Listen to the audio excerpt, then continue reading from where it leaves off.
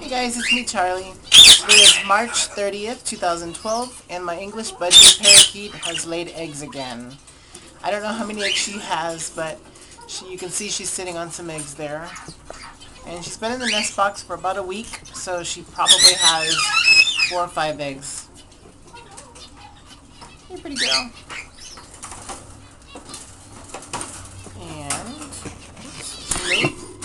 there we go.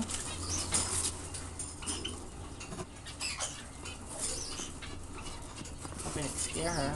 Hey, I can see some eggs.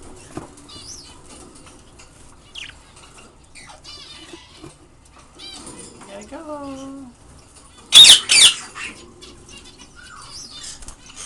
Okay. And then, our male is right there. That is her new male. I guess he's about 8 months old.